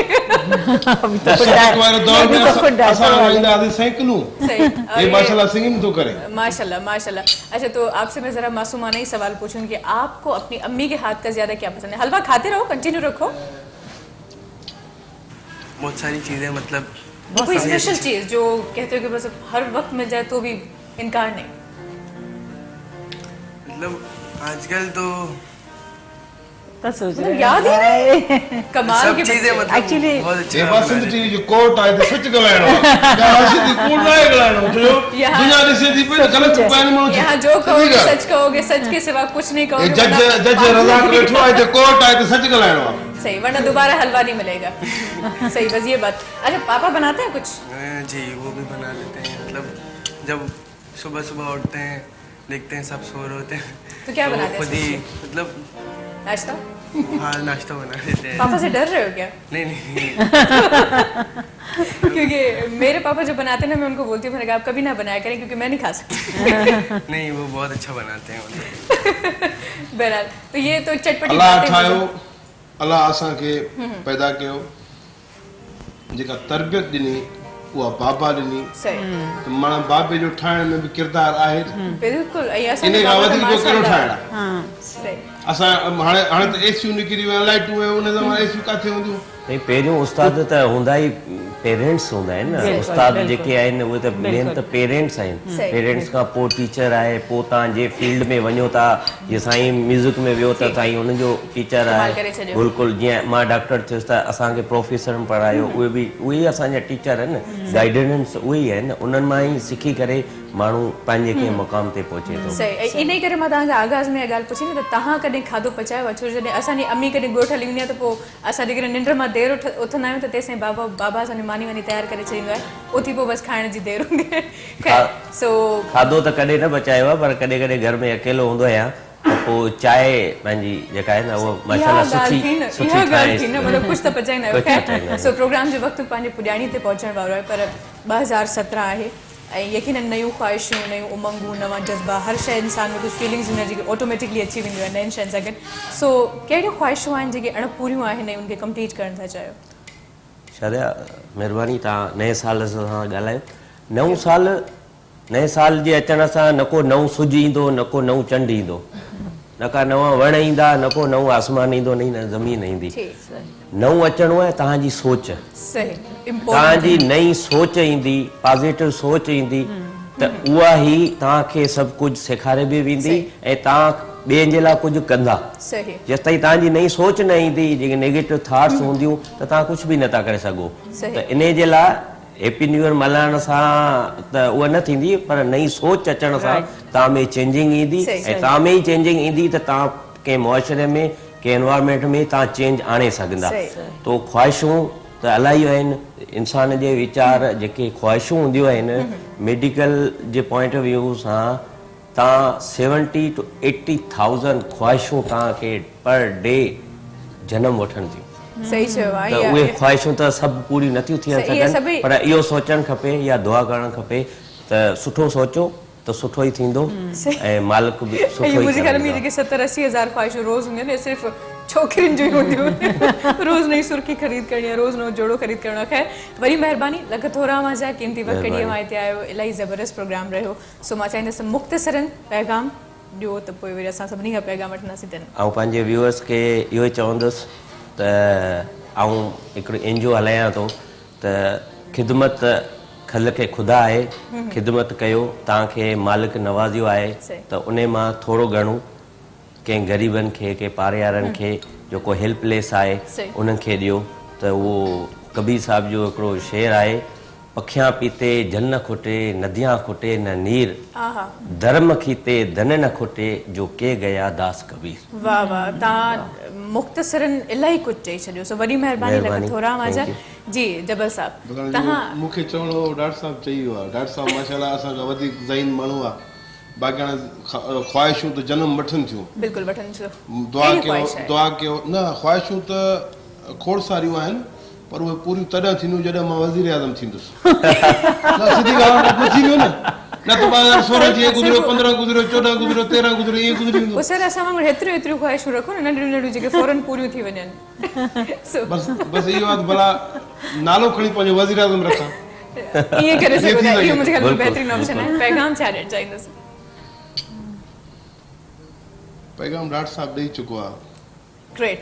असांजा जेके पैगाम हाणे असांखे शादी खां पोइ पैगाम सभु ख़तम थी विया। इन ॻाल्हि जे लाइ मां ताड़ियूं वॼाइणु चाहिंदमि। इहो जबरन चयो या ख़ुशीअ में चयो, इहो तव्हांखे घर वारी ॿुधाईंदी। सो वॾी महिरबानी हुआ सभिनी जी। मुसद्दिक़ जी बहुत शुक्रिया, बहुत अच्छा गाया, बहुत अच्छा निभाया, और आखिर में ज़रूर हम आपसे एक सॉन्ग सुनेंगे। सो सेम जी, आपका भी बहुत शुक्रिया, इतना ज़बरदस्त और मज़ेदार। हालांकि मैंने अभी तक खाया नहीं, लेकिन मैं खाने वाली हूँ क्योंकि मुझे इसकी शक्ल देख के अंदाज़ा हो रहा है कि बहुत मज़े का बना है। तो बहुत शुक्रिया इतना ज़बरदस्त हलवा बनाने के लिए। मोहरम साहब लख थोरा मांजा, अवां खां बिना त हीअ महफ़िल हुई पूरी आहे। आसिफ साहब माशाल्लाह अॼु तव्हां बि कमाल करे छॾियो। क्लासिकल सॉन्ग में जहिड़े क़िस्म जे तबले जी ज़रूरत हूंदी आहे, तव्हां अॼु उहो ई वॼायो, ओड़े हिसाब सां ई वॼायो। सो यकीन कयो तव्हां बि माशाल्लाह कमाल करे छॾियो। सो व्यूअर्स, उमेद आहे त अॼोको प्रोग्राम मां सभिनी खे तमामु घणो पसंदि आयो हूंदो। जी जी बिल्कुलु। 6 बजे खां वठी उन मूंखे उथारियो आहे निंड मां। उनखे शाबाश आहे, निंड मां मूंखे उथारियो आहे, तोखे प्रोग्राम ते वञिणो आहे। सो हाणे मां मीर मला जो त निहायती शुक्रगुज़ार आहियां। मीरन मला मुंहिंजो सुठो दोस्त आहे, जंहिं मूंखे उथारियो, मूंखे चयो मुंहिंजो नालो खणिजो, मूं चयो हाज़िर तूं मुंहिंजो भाउ। आख़िर में यादि हुयो। ख़ैर दोस्तनि खे यादि करणु खपे, वॾी महिरबानी। जी व्यूअर्स, इंशाल्लाह तव्हां सां मुलाक़ात थींदी। हिन प्रोग्राम जो मां फीडबैक ॾेई सघो था सलाम सिंध जे ऑफिशियल फैन पेज ते वञी करे, ऐं हीउ प्रोग्राम अव्हां ॿीहर बि ॾिसी सघो था यूट्यूब ते। सो इंशाल्लाह अव्हां सां मुलाक़ात थींदी। पंहिंजी मेज़बान शाज़ी करीम जिलानी खे ॾींदा इजाज़त। अल्लाह हाफ़िज़, और आपसे सॉन्ग सुनेंगे लास्ट। जी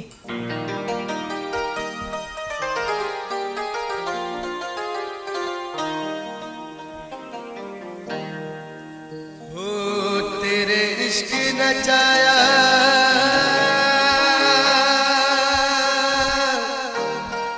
हो, तेरे इश्क नचाया,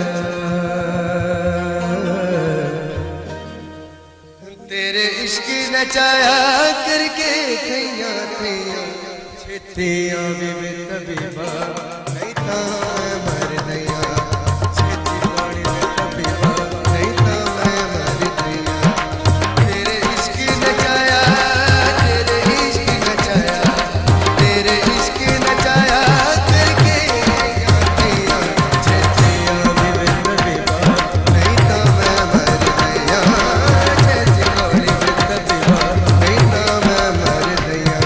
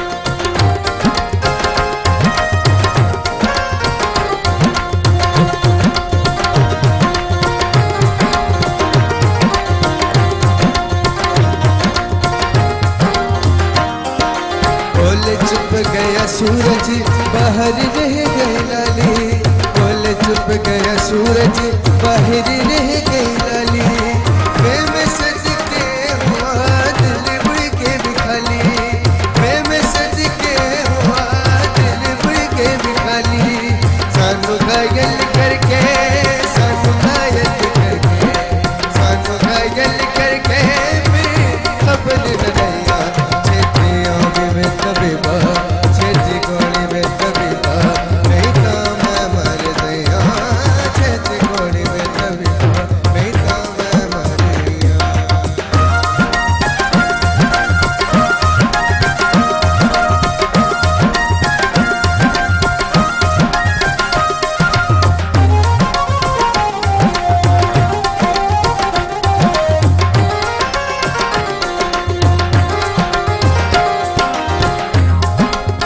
बुल्ले शाह सतो शाह इनायत वो है बुल्ले शाह सतो